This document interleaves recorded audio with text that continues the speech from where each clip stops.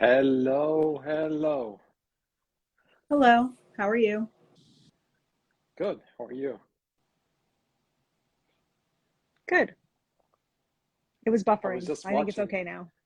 Okay, cool. I was just watching some videos from the hurricane in Florida. Oh It's pretty yeah, it's pretty sad. bad. Yeah, it's very bad. My dad, my dad was actually there looking at houses, and he is flying back right now. Like in the area where the hurricane is hitting? He was in Naples, so yeah, I think Okay. so. Oh, wow. Okay. And I just watched some videos, people saving dogs and cats. So I hope everyone is safe and all your families are okay. I have a bunch of clients in Florida, so many cancellations this week. I bet.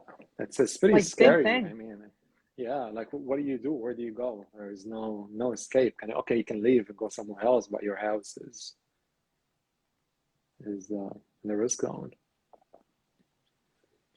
Naples, Naples, not nice, nice nice money, money. huh? Yes, Naples is a very nice area in Florida. So Cool.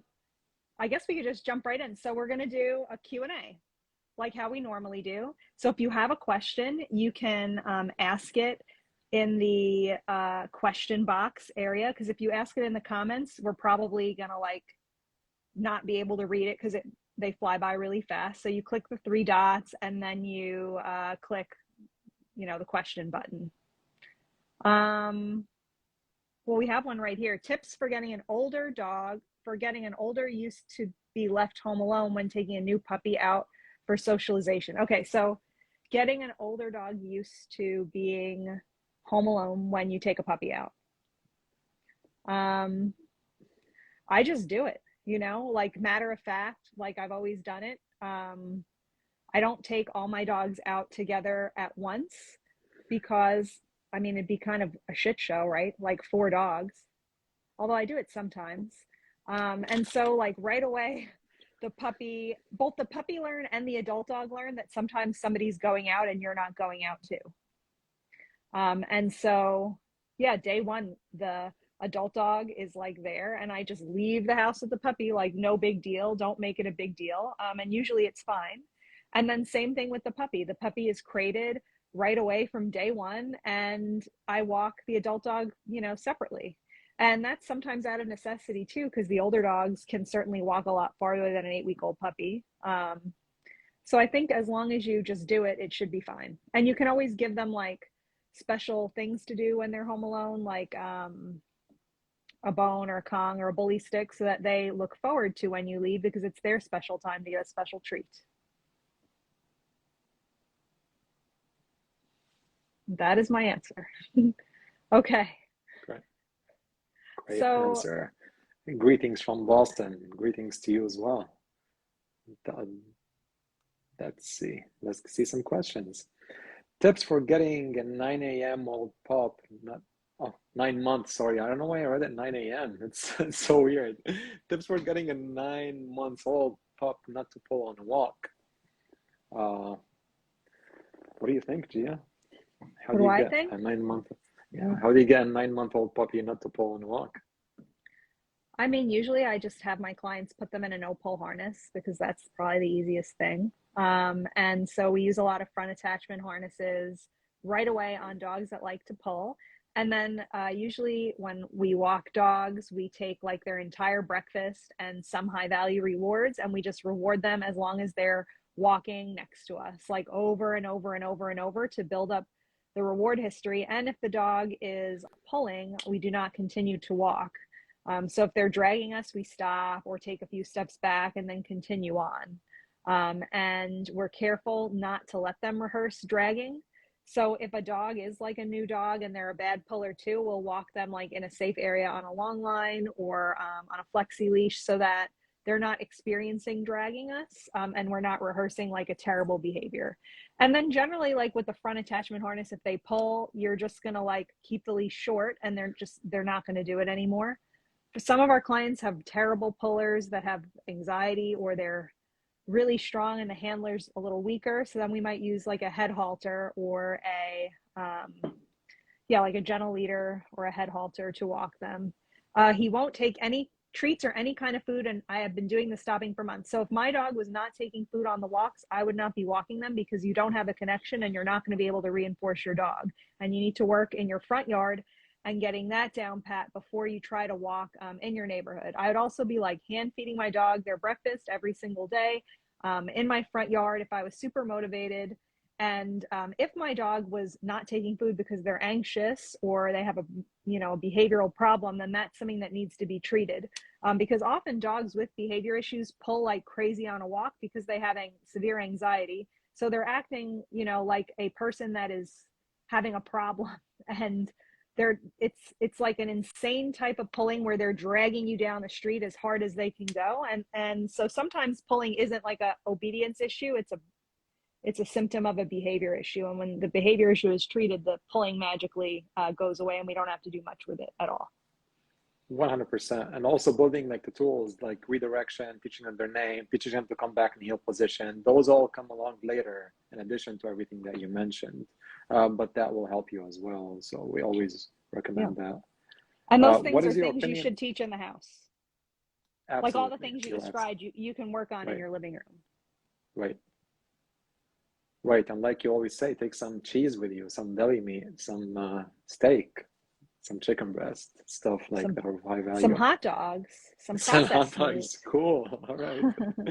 What is your opinion on raw diet and freeze-dried food compared to dry kibble? I mean, it's like comparing steak to Spam, like which is better? Of course, a steak. It's more appropriate. It's got more natural ingredients. It's not overcooked. And then often with kibble, they cook it so much, and then they have to make up to all the lost vitamins during the cooking process, the high heat.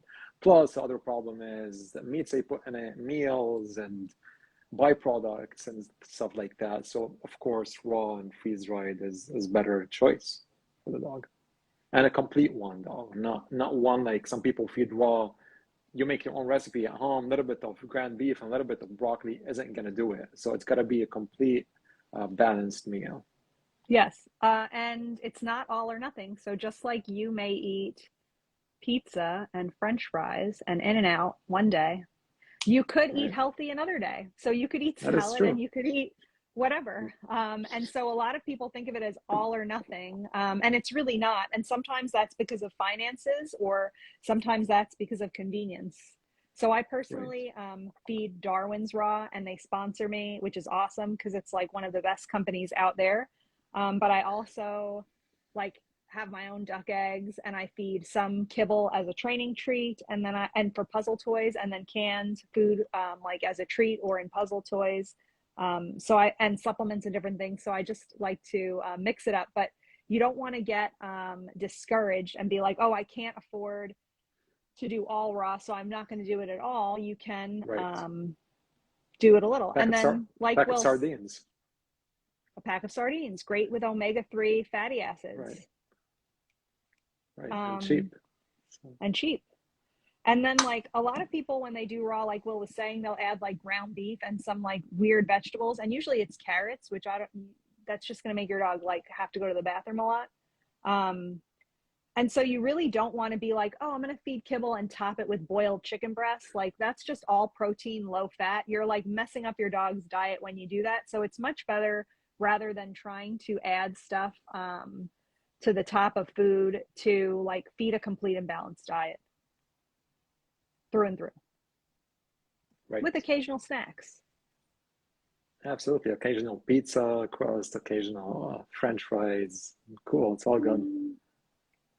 Yes. Let's see. Next question.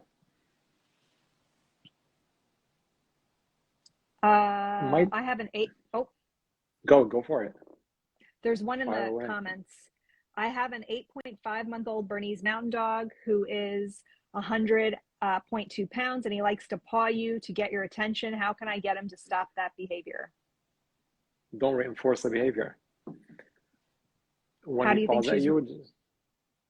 reinforcing either by giving him attention or giving him treats or whatever he's seeking. So in the beginning, the behavior might get stronger before it gets better when he's self-reinforcement, which was called extinction bursts. I was just going into that subject the other day, and but eventually it should go away as long as you're not reinforcing it.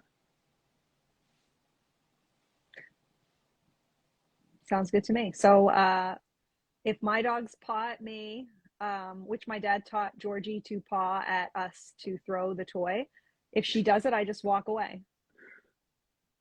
Or I take the toy and I pick it up and it goes up high. Or I put her in her crate, or I leave the room and lock the door behind me. So she learns, like, if she paws me, it's not happening. And in fact, possibly the opposite is happening if I'm super diligent. Right. Exactly. And it's super important to not give in. Like, don't cave. Just no means no, and I'm not doing it. So like, don't, like, one night, okay, you don't feel like dealing with it, then you like reinforce her or give her what she wants, and then you're gonna go to square one, and it's gonna be a problem again. Yeah. Yeah. My dog is becoming super clingy and will bark if she hears me. What tips could you give me to change this? Will bark if she hears you. Right. Oh, I got the mosquito. Nice. I've been looking around in a mosquito. I'm not seeing things. And I got it. Very exciting. Okay. Yeah. So, okay. Oh, now I can relax. Okay. So my dog, yeah, super clingy and will bark if she hears me. I guess, does that mean like if she hears you in the house and she's crated or in another room? I guess that's what I assume, right? I would think so. Yeah. Like in a different room or something like that.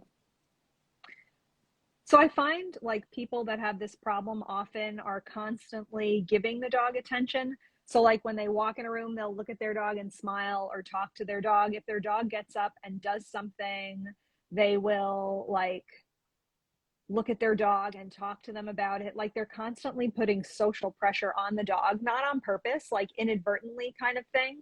And they are sort of like, it's not even like reinforcing a clingy behavior. It's like they're creating a clingy behavior by constantly showing the dog that we have to socially interact at all times.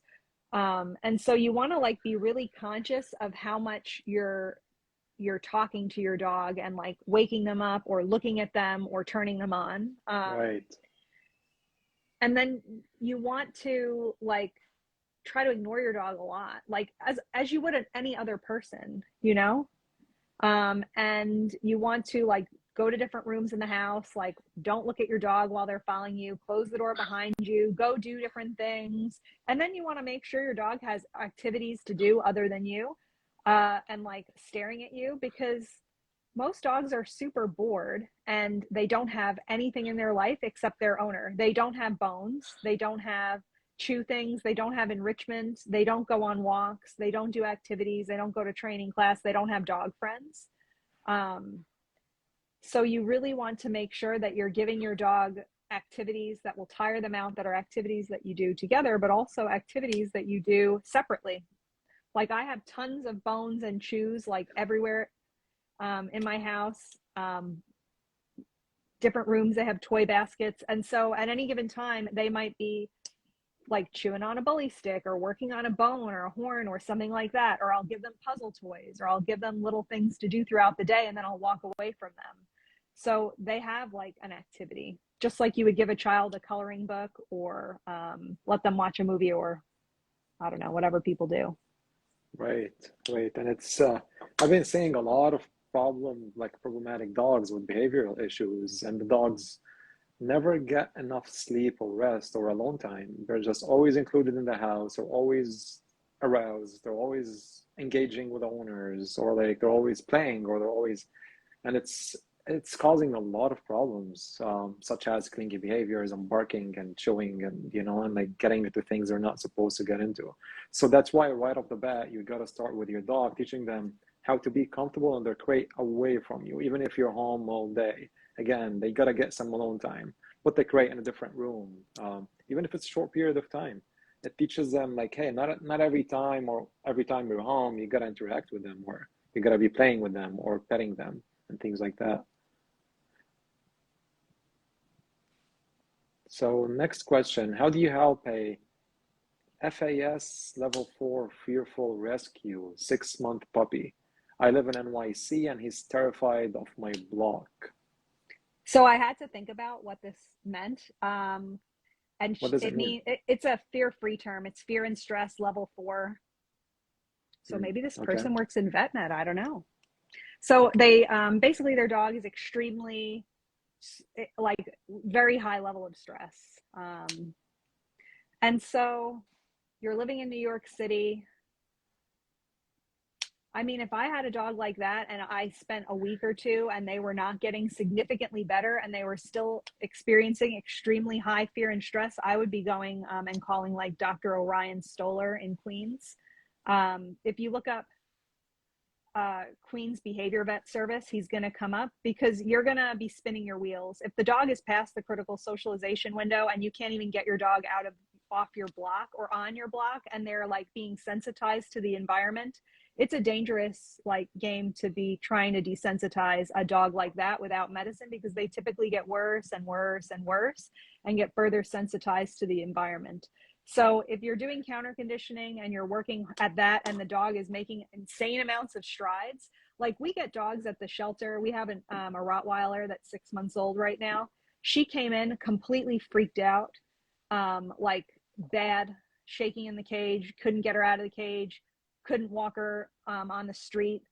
And within like 2 to 3 days, the dog is normal and taking hikes with us and having a wonderful time and meeting other dogs. And she is totally fine now. That's the kind of progress we would expect to see with a dog that's 6 months old and is capable of making that progress without medicine. And if you're not making that progress and you do have that like decently high level of fear and stress, that's when I would be seeing Dr. Stoller, or you could see like Behavior Vets NYC, but they're probably booked too far in advance. Because the longer you let it go, the more the brain is going to form to be fearful. And with puppies like that, if you aren't making progress, if they're on medication, if they do really well, you have a chance of taking them off because now the brain has been able to like grow and learn like physically because they're still a puppy. But the longer you wait, the less likely it is for them to be okay. And if you were living in the suburbs or the country, it might be fine because who cares? Like if you don't walk your dog. I don't really walk my dogs in my neighborhood. But you have to walk your dog because I'm guessing you don't have like a backyard and you'd like to be able to exercise them in NYC. So you kind of need to fix this problem. Right. Next question, how to train my 1.5-year-old Cockapoo to not bark at people and dogs walking by one in our fenced yard. Don't let him in the yard, in the fenced yard. The more he rehearses the behavior, the stronger it's going to be. And especially if people are passing by, dogs are passing by, his barking is pushing those people away. They're walking away and the behavior is getting reinforced over and over. And it's not productive. So the way to get rid of it is not allow it to happen. Just don't allow him to be in the yard unsupervised. Have him inside the house, play with him. When you're engaging with him, it's fine. You're there to recall him or redirect and like do something else that's productive. But if he's just hanging out in the yard and practicing the unwanted behavior, I don't think it's fair for you or the dog. Some trainers might tell you to put a bark collar. I'm not a fan because I'd rather manage the problem than kind of punish the behavior. So. And you can, yeah, so if you're not allowing it and then you do want to work on it, then you take him out and you counter condition him every time a person walks by, or you get a friend to walk by like over and over. You pay somebody $10 to walk back and forth like a kid, and you reward your dog for noticing and keep them on a leash and just do not let them do it. So you can try to fix it, but trying to fix it involves you not letting them involves not letting you do it at all. Fixing the behavior involves you not letting them do it at all during the training process. Right, that is correct.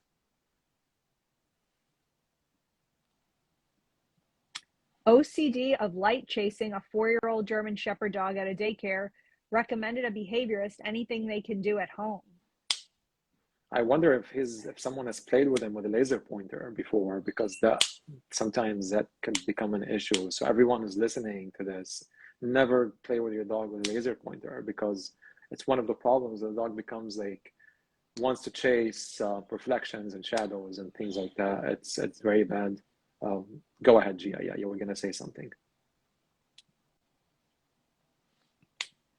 I mean, if it's really bad, light chasing, and they're like running around staring at the ceiling all day, and the dog is 4, it's probably been doing it for a long time. Um, it's like a very hard behavior for a regular owner to fix. Yeah, yeah. OCD behaviors are typically very challenging. Hmm. I have a rescue who was abused. She has come so far, but she's really difficult when someone new comes to visit. She growls, barks, sometimes snaps. The only thing that keeps her calm is me holding her the whole time. Would love ideas for how to teach her that our guests are not threats. Um, Curious to know what's how old is the dog, and let's see. Ooh.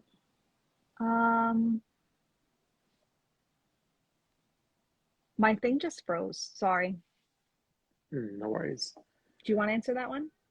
Yeah, sure. It's one of those things where in the beginning it's going to take a lot of management and supervision, and making sure that if you have guests coming over, maybe put her in a separate room inside her crate. If she's crate trained, then I recommend crate training dogs that have behavioral issues like that, especially with guests coming inside the house. Give her something like an enrichment to do, like a stuffed Kong or Topple, whatever it is, a chew bone, her favorite food. Keep her busy and occupied, and don't let her keep like practicing that behavior. And when it's time to work on that behavior, I think maybe the start would be like for you, maybe to walk with the guests on leash, like outside the house, have them walk by you, and then maybe come inside the house and give her some food and like, hey, everything is fine. And also, um, you kind of taking the role of leadership, like showing your dog that they don't have to worry. Don't let people kind of come up to them and smother them with like petting and stuff like that. Don't let other dogs come up to your dog and kind of put them in a bad situation. So a leader typically um, is chosen by showing the ability to make the right decisions in important situations. And that's what I think it's a lot of people mess up. Like they allow bad situations to happen to the dogs, and dogs just kind of lose faith in them. I am not saying that's the case in your situation, but you can start kind of by taking that leadership role, by kind of guarding and shielding your dog and doing the stuff that I mentioned. Okay. What's the next one? Let's see. We answered this one. My 2-year-old female dog growls a bit when she has treats toward my other 5-year-old male dog and my kids. What should I do? Resource guarding. Hold on one second.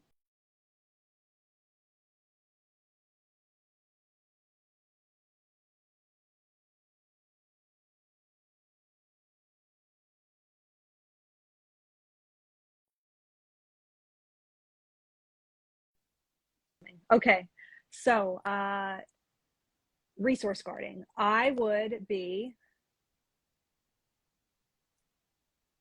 if you have a 5-year-old kid and your dog is growling at them, I would be hiring a professional, because we don't want to mess around with a dog that's showing aggression towards children. And your dog is 2, and usually bad bites happen between 2 and 3. So whatever you're seeing is like the tip of the iceberg, possibly, of aggression. So you don't want to say like, my dog would never bite, because your dog is at the age where people usually call us that an accident happened. So I personally would like go to iaabc.org and try to find somebody certified in your area to observe your dog and tell you what they think is going on, and give you some strategies. But if you were my own client, I wonder if you're talking about like handing out dog treats, or if you are talking about like bones or things like that. I don't know. Are you in here, person? Yeah, but Maybe either not. way, So, it's going to take a lot of management until they find a trainer, appropriate trainer that was going to work with them. So management means like, don't allow that thing to happen. Whether it means putting your dog in a in a playpen or in a crate when you give her resources, and don't let your children get near her or your other dog get near her. So Yeah. So yeah, we definitely don't want to do rehearsal. So if she's growling for chew things, I would just not be giving them to her until such a time as you get somebody to look at her. Um, and I would be careful about handing out food. I would feed her in a separate room. I wouldn't let her like show intention towards food that the kids have. So I would not let them feed her from the table. I would not let her hover around children that have food, because the second that one of the kids drops something by accident and goes to pick it up, that's usually when a problem happens. So I would be enforcing some more rules. And then I would be doing a lot of like rewarding her away from the kitchen, away from places that she seems to have more of an issue in. Like you could do place training with her and beginner obedience things, but really with resource guarding, that's happening to both dogs and people. Usually it's one or the other. This is both. Yeah, I would just call somebody to help me. absolutely. Yeah, resource guarding is tough. It takes a lot of work and management and a lot. Oh, she said it's bones and treats. Okay. Yeah. Yeah, so the fact that she's guarding things that she can quickly consume is a little more concerning too. If it was just bones, we would be like, we're not going to give her bones and it's not going to happen anymore. And that's that. Or we're going to give her bones when the kids are at school and the other dog is like put away. But if she's Right. growling at the children when you're handing her a treat, that could mean she's guarding you and not just the food. It can be really complicated. Yeah. And sometimes with certain dogs, kind of choosing bones of less value than what you're giving them doesn't trigger that craziness in their brains. Um, I dealt with that for a while. Sound pretty familiar. How can I discourage hostile play between puppies? Also, is there a way to tell the difference between hostile and appropriate play? Appropriate play is if you're suspecting that play is too much, it probably is too much. So you might want to just kind of be there to moderate the play. And puppies also, it's a little challenging because people don't know that puppies sometimes bully each other. So especially if puppy was like in a litter, they were like with their little mates, they were playing too rough. It comes to your dog, plays in the same way. Your dog doesn't like it, the other puppy doesn't like it, and it turns into this thing. So you got to be very careful, kind of read the body language. If it's reciprocal, like dogs are chasing each other one after the other, it seems like fun. They're both playing, they're both like switching roles. That's probably play. But if one dog is kind of like nipping at the other dog all the time, the other dog is trying to get away, if the other dog is showing like symptoms of signs of fear, like his tail's between his legs, or like really trying to bite hard on the other dog, just it's better to moderate that play because it's not productive at that point. You take Neon to puppy class and you watch, you've seen some puppies play together. What are your thoughts on that? And what do you see? Oh, well, the puppy class I go to, one of my friends from high school runs, and it's like very managed. So her puppy class, they separate the room into like 4 quadrants, and it's never like 3. It's like 2 and 2 and 2 and 2, or like 2 and 2 and 2. And she often will bring out like her friendly adult dog. So like when Neon was overwhelmed by one puppy, she brought her dog out to interact and like coexist. So we never allow puppies to chase each other around and scare each other. And some puppy classes, they do that under the mentality of, oh, they have to learn or they'll get used to it. And sometimes personalities of dogs do not get along. Like my dogs do not particularly like dogs that are rough and rude and don't read social cues. And I simply do Right. not expose my dogs to dogs like that. 100%, because it's not Um, fun. no. And so in puppy class, like Neon had her friend, which was like a small dog that was socially appropriate and gentle. And they got along great, but she did not like the dogs that were like extremely rough or aggressive in play. And especially did not like if she told the dog to go away and they don't get it. And to me, that's like not really her problem. That's the other dog's issue. Right. And if you have a puppy, it's probably best to get them to interact with adult dogs as much as possible and try to skip puppy play. Appropriate adult dogs, of course. That's what you Appropriate, mean. yes. Yes. Not a dog is going to correct your dog and hurt them, send them to the vet. And also, typically, you want to really avoid a strange dog correcting your puppy.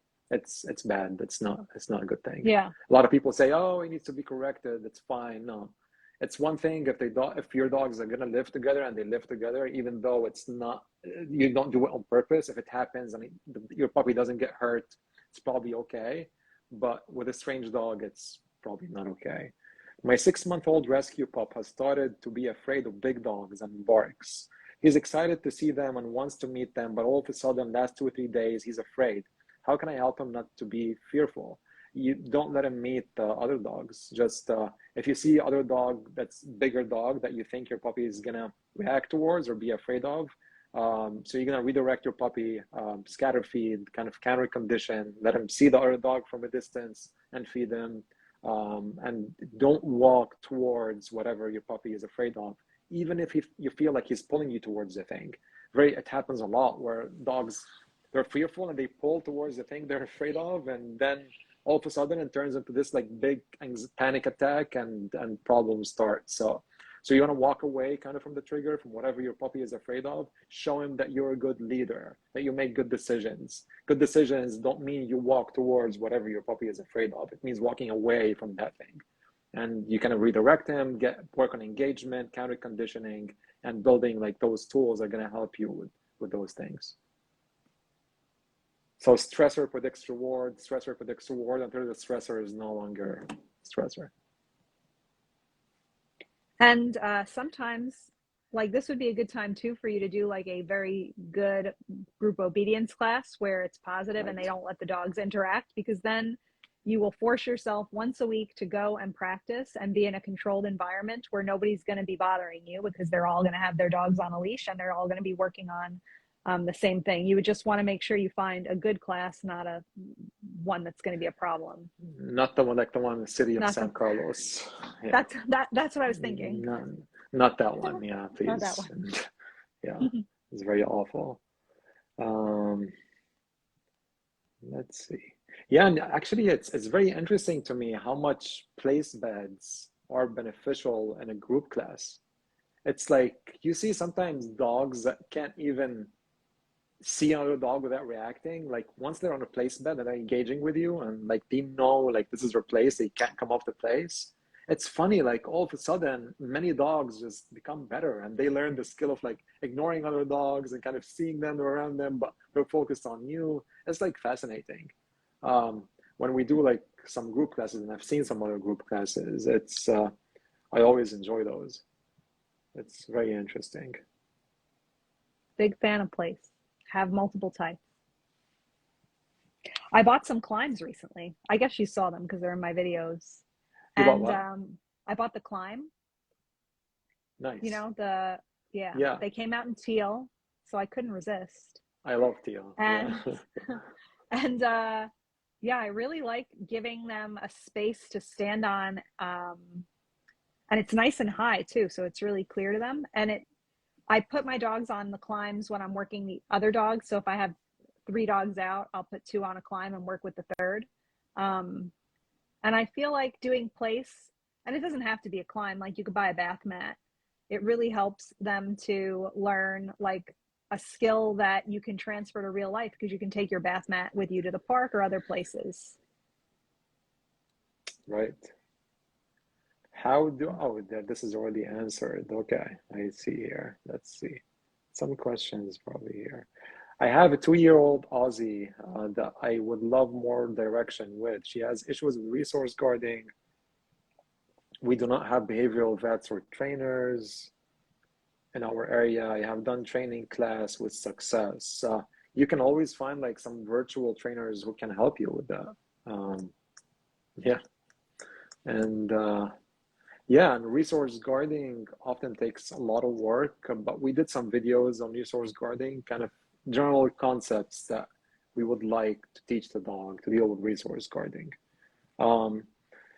And like behaviors like resource guarding that are very genetic most of the time. It's stuff to get rid of all the way. You kind of, most of the time you manage them, you build the tools to deal with them.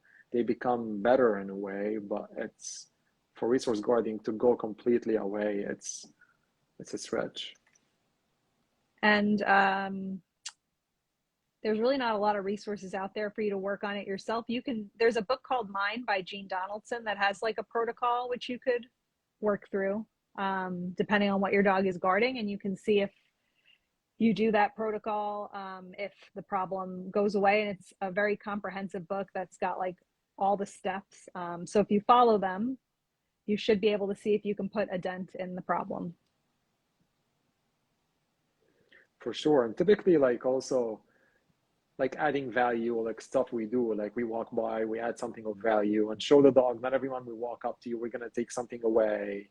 Don't touch your dog, don't pet your dog, don't touch their stuff, don't mess with the resources, and focus on kind of shifting that idea in their brain that you're going to take a resource away.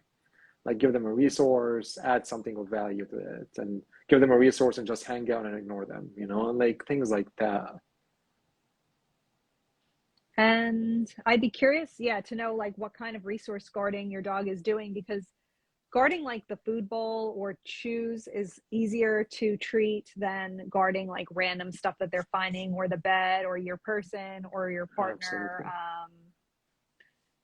So some types of resource guarding, do have a good treatment outcome, and some really are not as easy.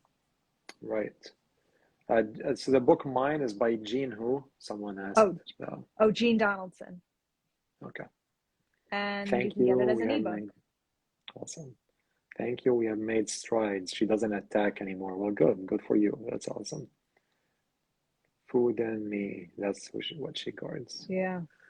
Yeah. Yeah. So I would try to work through that book and see if you do the entire protocol, if you have like her cured or mostly cured. My 4-year-old Labradoodle resource guards me. I correct him when he growls at my 10-month-old Sheepadoodle puppy. Do I need professional help? Am I doing the right thing? So typically, I don't know how you're correcting him, but generally, if a correction works, you don't have to keep doing it. So if you correct your dog and you're correcting them, you're kind of going, your dog basically thinks you're attacking them and does not understand why, because if they did, they would stop doing that thing. And also what you're probably doing is pairing something negative with your puppy, and it's going to make your dog dislike the puppy more. And often sometimes this isn't even resource guarding. Like I go to the house and I'm like, hey, your dog isn't resource guarding you. Your dog doesn't like this puppy who's annoying, and your dog is trying to tell them to get out of their space.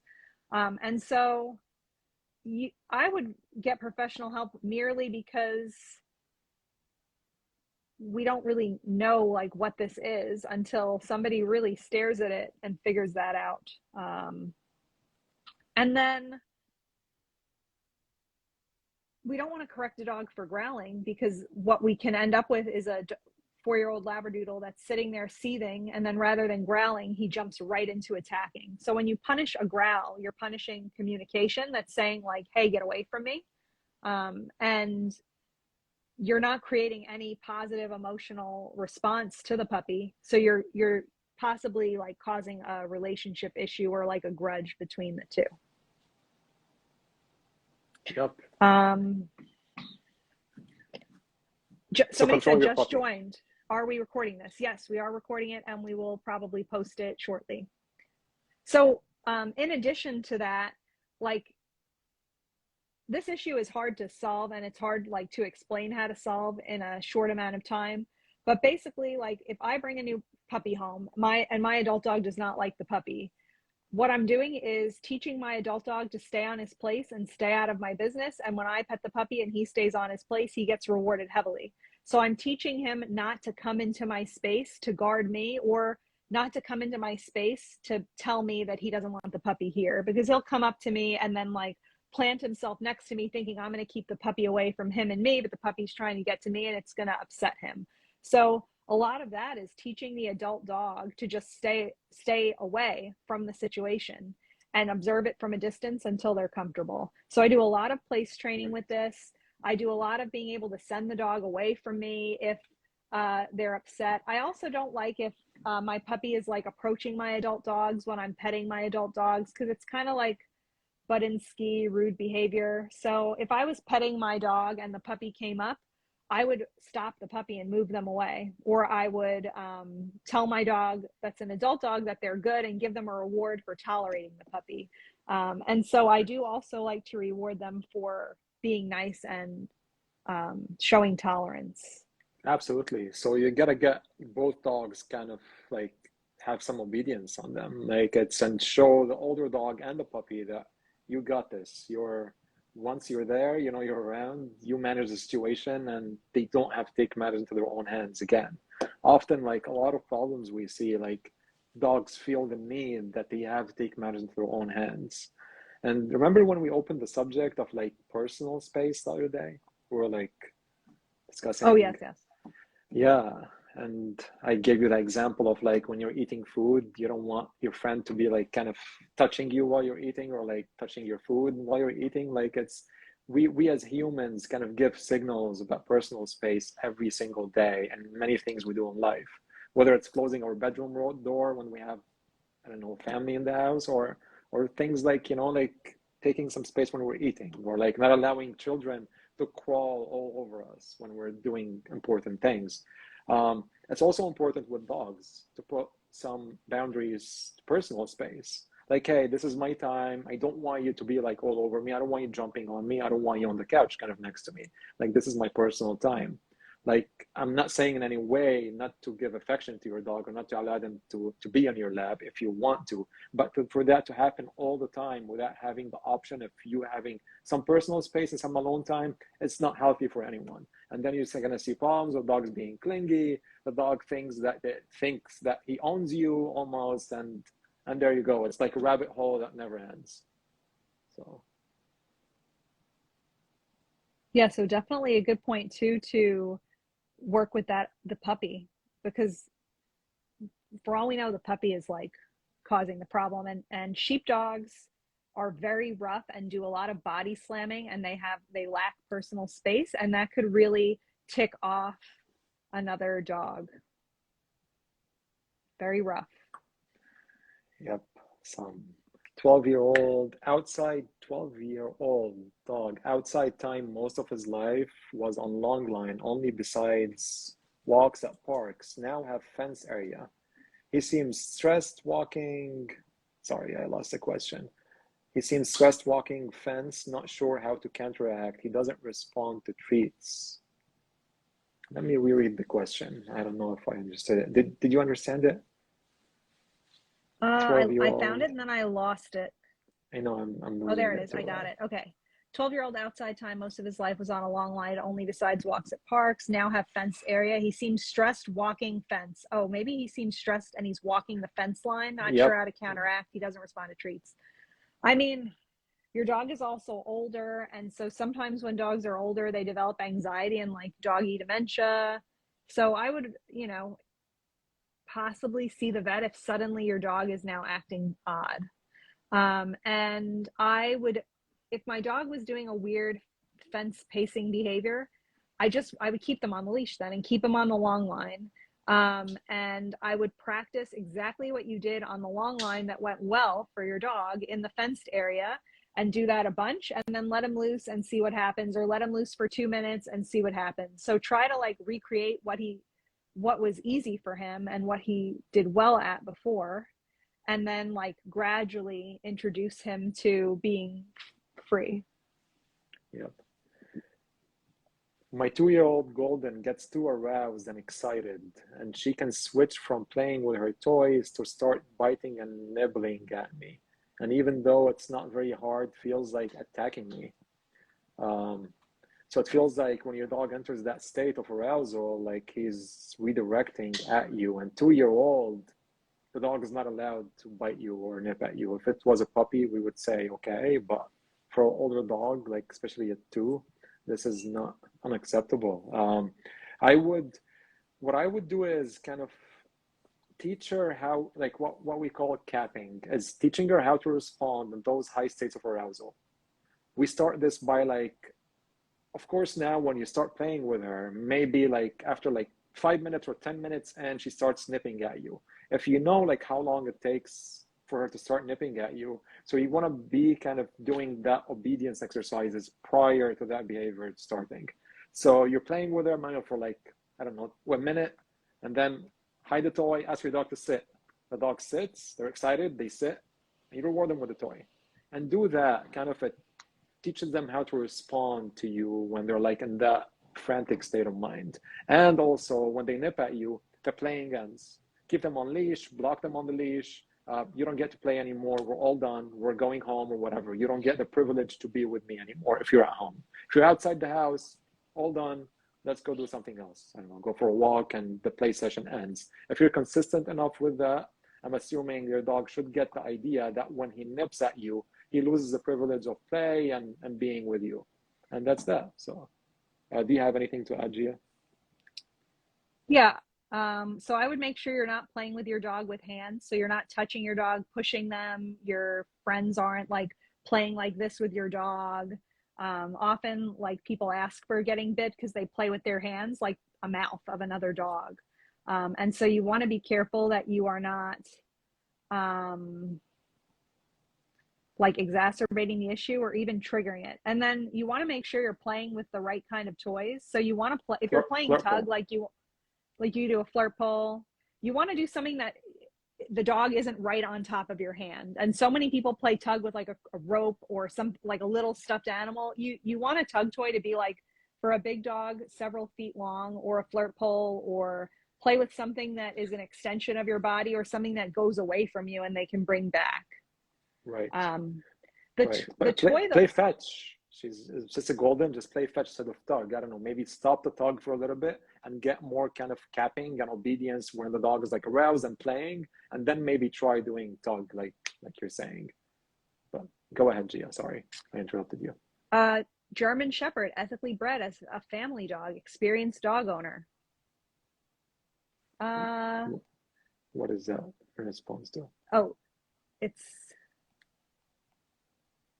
so they're asking about German Shepherds, ethically bred as a family dog with an experienced dog owner. Why not? I mean, I would want to know what an experienced dog owner is, because if you're experienced owning a Chihuahua or a Labrador, it's different than being experienced in owning like a breed that is a protection breed. And I would be conscious of what my goals are for my dog. And I would be conscious of what realistically I'm going to do as far as training and socialization goes versus like what I would like to do. So it's the same as with people that want border collies. Like, oh, I'm an experienced dog owner and I am very active. Like, that's nice, except experienced with owning a bicycle is very different than experienced with owning a manual car. And so we want to make sure, like, and of course, like, there's a first time for everything, right? So you could be a person that gets their first dog and it's a border collie and you can do very well with them. But it's important to understand like what the drawbacks are of the breed and what the good things are of the breed, you know? So I'm always very honest about like what I like about my breed and what I don't like about my breed. And I would say with German Shepherds, like, you run a really high risk of not having a dog that you can take out in public, and a dog that has like genetic dog aggression, which I have border collies. They're not going to a dog park, but I really don't care. Like, and if I wanted a dog that I could take with me, like I mean, the girls are pretty nice, honestly. And like many of my clients do meet my dogs and they will have play dates. But when I had like a golden retriever mix, that was the dog that was able to come with me to all my clients and be loose with people's puppies and like run into people's houses. And he was lottie-dottie, totally awesome and fine. And So, you know, if you're the type of person that wants a dog that is like going to go to your grandma's barbecue and run around with everybody else's dogs, that might not be the breed for you. But maybe you're not like that. And then you really want to be careful about what an ethical breeder is. Because a lot of breeders look like they're ethical breeders and they're really not. So we could just go into some of the signs of an ethical breeder. Like number one is public health testing. So their dog should be in the Orthopedic Foundation for Animals database, and you should be able to like see those results very easily and look down the pedigree. And they should have like basic genetic testing that they tell you like what company it is through. The dogs, like if they're just breeding family pets, I don't think all dogs need to have titles or do performance or be show dogs to be valid as breeding dogs. But it is nice to see that like the dogs can do something and are able to exist in a dog show environment. And I would also say it's important to be able to meet the parents and touch them and have your kids interact and see how they are. And it's also important that the breeder picks the dog for you, doesn't let you choose the dog, asks for references, wants to know about you, tells you about the benefits and the drawbacks of their dog. And there's just like tons of nuances. So if a breeder acts like their dogs are all sunshine and roses and do not have any problems, there's no way. And so you want a breeder that's like, hey, these dogs are smart and they work well and they're friendly with people, but there is some OCD and you're going to have to watch out for that. Like in border collies, let's say a breeder would tell you that. Or, you know, this dog is like health tested, the parents are health tested. However, we have seen this orthopedic issue down the line because there is no breeder that's breeding 100% healthy dogs. So I would say I would look for a breeder that can tell you what the problems are. And Right. that is my long-winded answer to that. So, right. Anything to add? No, I'm a huge fan of German Shepherds, so I just Yes. like them. Yeah, I have mean, a 1-year-old.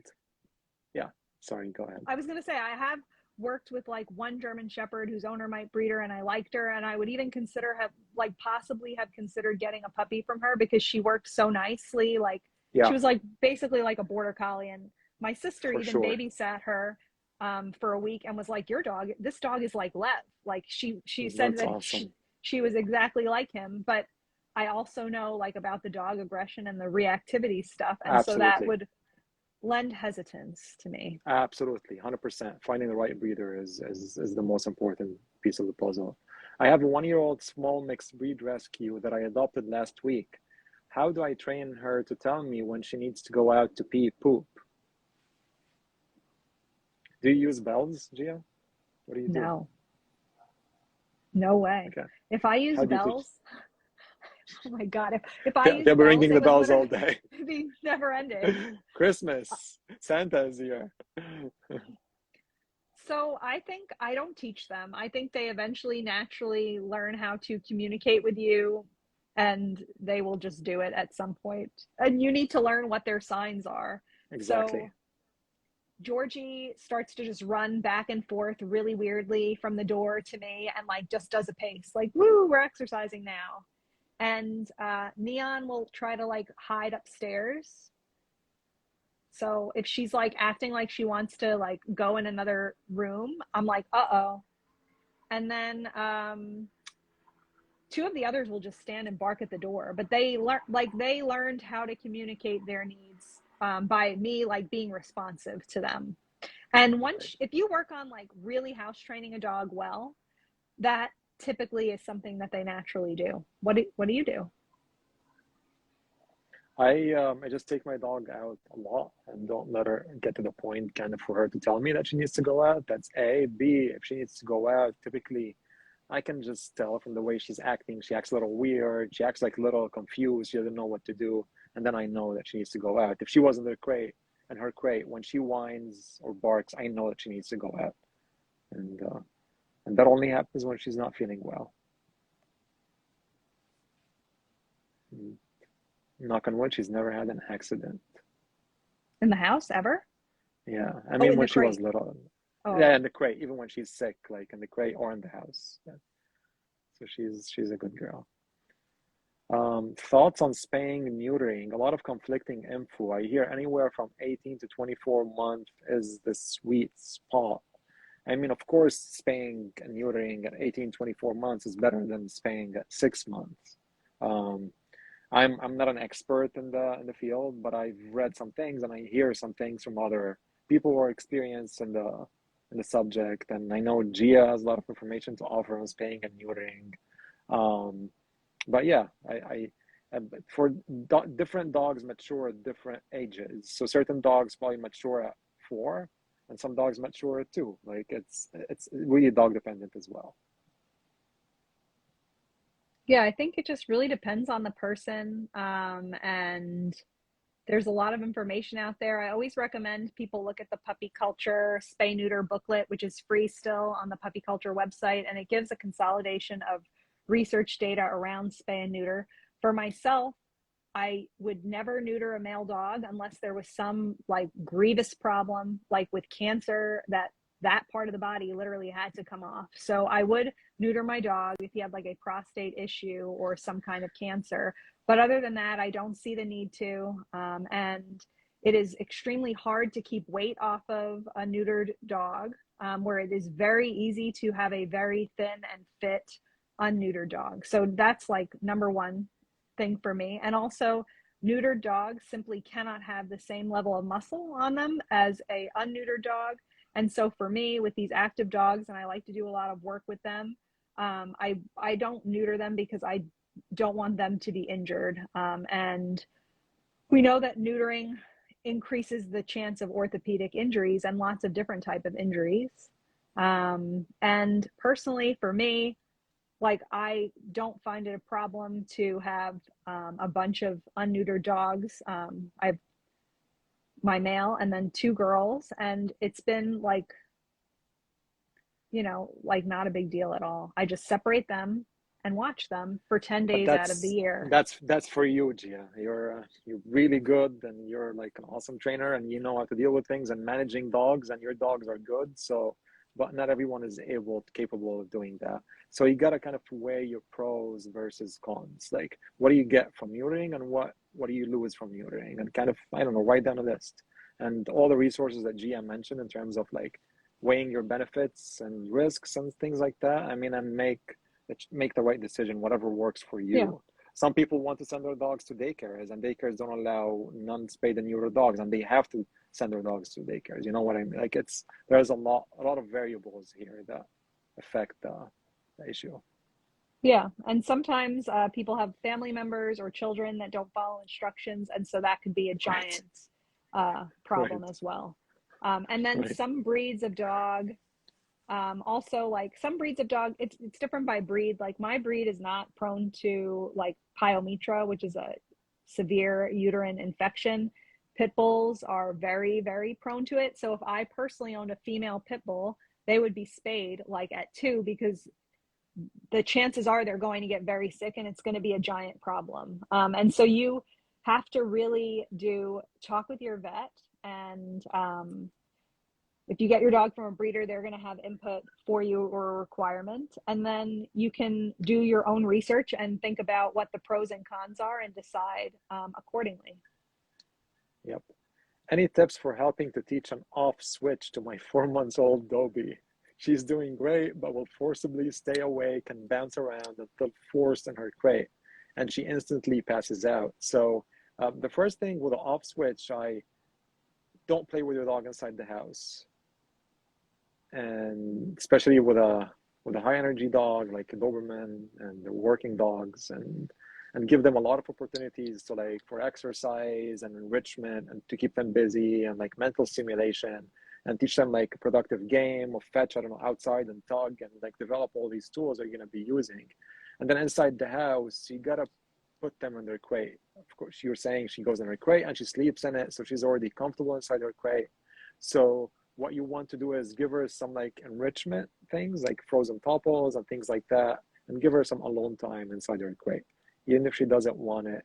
Make sure like she's went to the bathroom prior to putting her in her crate, and she's played, burned some energy. So, and then just have her go in her crate and relax. And not playing inside the house is a biggie for dogs that are super motivated for play. Do you play with your And dogs inside the house, Gia? yeah, but I live in New York, man. I'm not going out in 10-degree weather. Oh, that is true. Well, you have to. But I don't play with them. Like, their tug toys and their special toys are up high, and so I don't play with them unless I am engaging in an exercise with them that's involving tug. Or so yeah, I don't do like unstructured play or do wrestling. And if they want to play with each other, I usually put them outside because it's too much. So I play with them, but it has rules. And then I was going to add, like, one of the things I do a lot of is I do place training, and I do a lot of rewarding my puppy for laying down and not moving. And so with Neon, like right now at 6 months old, like I am giving her more time loose in the house. And I'm working with her a lot on what to do in stimulating situations. So like if the other dogs are running on the treadmill, I'll heavily reward her if she chooses to lay down and not look at them or paw at the treadmill or be running around the room. And if we walk into the kitchen and she goes and lays on the mat, I reward her for that. And if she's in near my desk and she chooses to go to her place and she lays down, I'll reward her like over and over with kibble or low value stuff for that behavior. So I try to build up like a reinforcement history for doing nothing. And it is Unless your going dog is well. crazy. Unless your dog is crazy about food, and then they're resting, and then you take food to them, and they're like wired up and like, hey, ready to go again, and then it's going to be an issue. Yeah. So So I you do kind of know use, your yeah, dog. I use kibble and like Charlie Bears lately for this Okay, stuff. cool, The boring stuff, nice. not the roast beef I've and never, not the hot I've dog. never tried Charlie Bears. Maybe I should. I mean, I like the way they crunch when they eat them. Okay, I know it's so cute when they crunch. I love it. If your puppy was the one displaying inappropriate social skills, are you mostly managing, preventing, rehearsing while you allow them to grow up? Or are you doing something to teach replacement social skills? Excellent question. Scarlett, Fernandel. Oh, interesting. Yeah. So if a puppy is doing inappropriate play, what do I do? What do you do? I, I would, of course, manage it and not allow the rehearsal of the behavior. And if it's a puppy, again, socialization doesn't have to be direct play.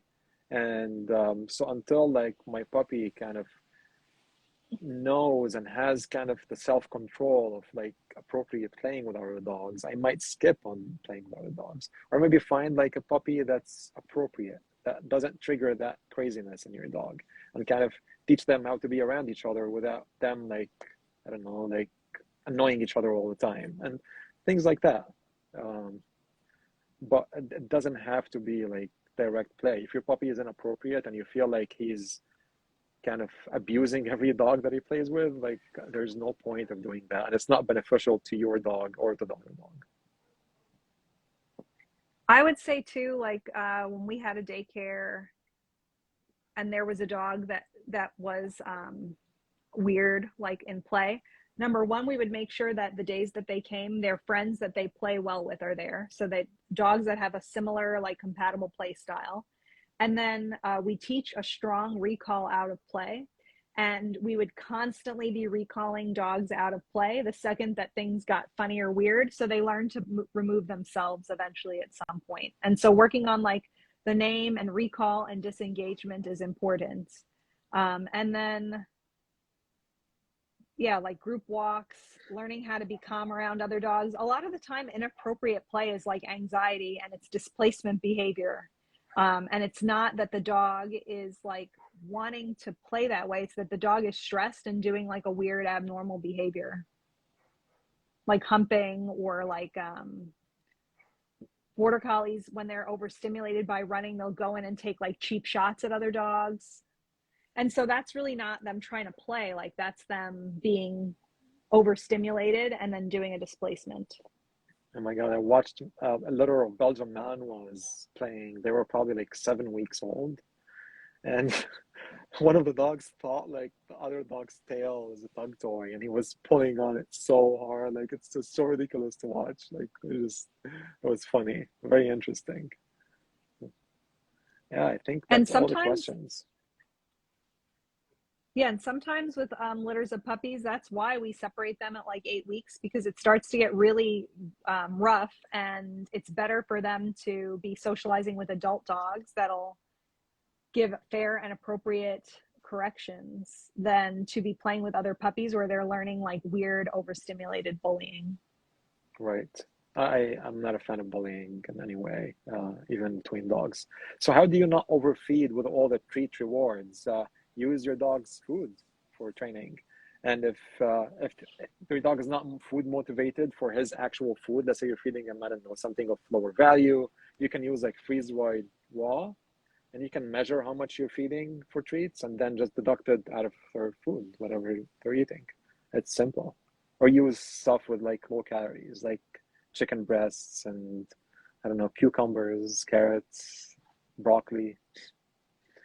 Yeah, that wouldn't work I for have a my lot of dogs. options. Although Neon had asparagus today Oh, nice. That's and she awesome. liked it. I gave it to Georgie and she chewed it up and then spit it out in a pile on the floor. But some of them do How like do you know? vegetables. How do you know when it's time for behavioral euthanasia? My How do boy you is a know when it's 10-year-old. My boy is a 10-year-old German Shepherd, and he's bitten our other dogs multiple times, and stitches have been necessary. I can't afford the behaviors. We were managing well, but he's getting worse with age. That seems like a complicated question that I I cannot give you advice for euthanasia or not euthanasia. It's so I can give general advice. okay. When it gets to the point where it's abuse to the other animals in the household, then it is inappropriate to have the dog in the household with the other dogs. And so if you have a dog that's attacking the other dogs in the household to the point that they're doing physical damage, and doing physical damage that's like causing the need of medical care, um,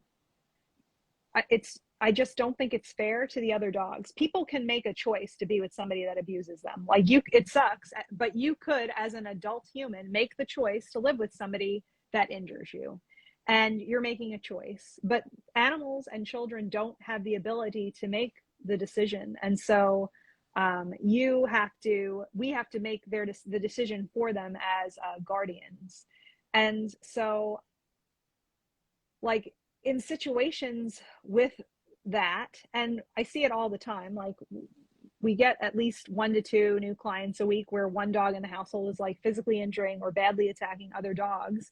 It becomes an issue of, if I keep this dog, can I manage the behavior so it never happens again and I never make a mistake?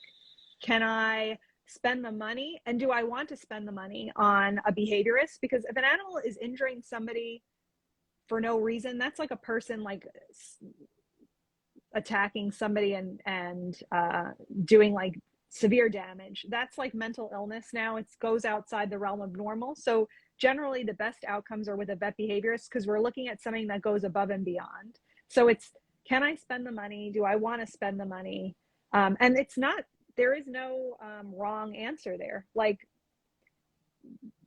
just it doesn't mean like a person is not a good person because they don't have or want to spend thousands of dollars to treat an animal that is a problem, because behavior is fluid and there are no guarantees. It's not like you can pay to a certain amount of money and it's definitely going to be a good outcome. It's a gamble, right? And so you want to look at, how bad is it for everybody else in the household? Can I devote the time, energy, resources into managing this so that nobody gets hurt again? And also, like, do I want to live like that? So we do have clients that have dogs that have to be separated, and that is how the dogs live. And they have dogs behind gates and barriers, and they're really good at it. They're adult-only households. Nobody ever makes a mistake. We're very careful with the dog sitters. Um, and like, that is a personal decision to have that kind of lifestyle. I personally would not live like that. But my clients that do, like, that's cool. That's their decision. Okay, so we have to decide that. And then we also have to decide, does this dog have another situation that they could go in and be okay? Is euthanasia necessary? So if we've decided, I don't want to do this, I can't do this, this is too much and it's dangerous, then I would be looking at, what are my other options for my dog? So if my dog got into fights with male dogs and did some minor damage, and he was good with all people, he wasn't trying to escape the house and maul another dog, you know, perhaps a family member would adopt him, and I would feel good giving him up, knowing that he's not going to hurt somebody, that he is not a danger to the community or the public, like, or my friend, or, you know, he's not going to make somebody else's life really unhappy. So if, you know, you look at a dog and they're unable to be safely adopted out, then humane euthanasia is really, unfortunately, the only option. And it can be the kindest option. So we do get dogs that have accidents, and the owners don't euthanize them themselves, and they dump them at the animal shelter again instead. And so what happens then is, like, either the dog hurts a staff member, or we adopt them out not knowing, and then they hurt somebody else, or the dog gets to sit for like a month potentially in a cage wondering what happened, and then somebody drags the dog out, and it's not a nice putting to sleep experience for the pet. And so behavior euthanasia done by the owners can often be the nicest, kindest thing for everybody involved. And it must not be nice sometimes for the dog to live like that too. So we also want to look at, like, what is the quality of life for my dog that's acting out? Is my dog extremely anxious? Is that why they're acting out? And are they unhappy? So we want to look at it from what's best for, like, the other dogs, you, and the dog in question, because he may not be happy either. I don't think they're ever, like, wanting to be bad, you know, or taking joy in being bad like some people are. And that is my long answer. I hope it helps. Thank you. Suggestions for safe chew toys for puppies. This is our last question. It's getting late. Okay. Choose chew toys for puppies. In the past, I've been warned against bully sticks and antlers. Frozen bone marrow, like marrow bones, are great. I don't know why you were warned against bully stick. The only risk with bully sticks, we were talking about it, me and Gia yesterday, if they get so little and the puppy might swallow it and he might choke on it. Sure, but there are bully stick holders. These are, like, they just prevent the problem from happening. And antlers are fine. I give my dog antlers. Some people, their dogs break their teeth on antlers. I haven't had that problem, but it's a risk versus reward kind of thing. And then frozen popples that you can put, like, stuff of, like, high value, like raw food, and freeze it and then give it to the puppy. And a lot of people like beef cheek rolls. No hide bones. I mean, you have a lot of options. Not raw hide, no hide. So unless it's the natural artisan sun-dried rawhide that I get, that stuff's pretty good. I'm not a fan. I wouldn't give it to my dog. Oh my God. I have very mixed feelings. Okay. It's and the Himalayan dog chew. Himalayan dog chew. Yeah. Those are good. True. Himalayan. Yeah, exactly. You get those. I like those too. They love them. Yeah, I do get those. Yeah, I love them too. Awesome. It's always a pleasure listening to you, Gia, and it's a pleasure answering your guys' questions, and thank you for being here. Thanks. See you soon. Thank you. Bye. Bye. Take care.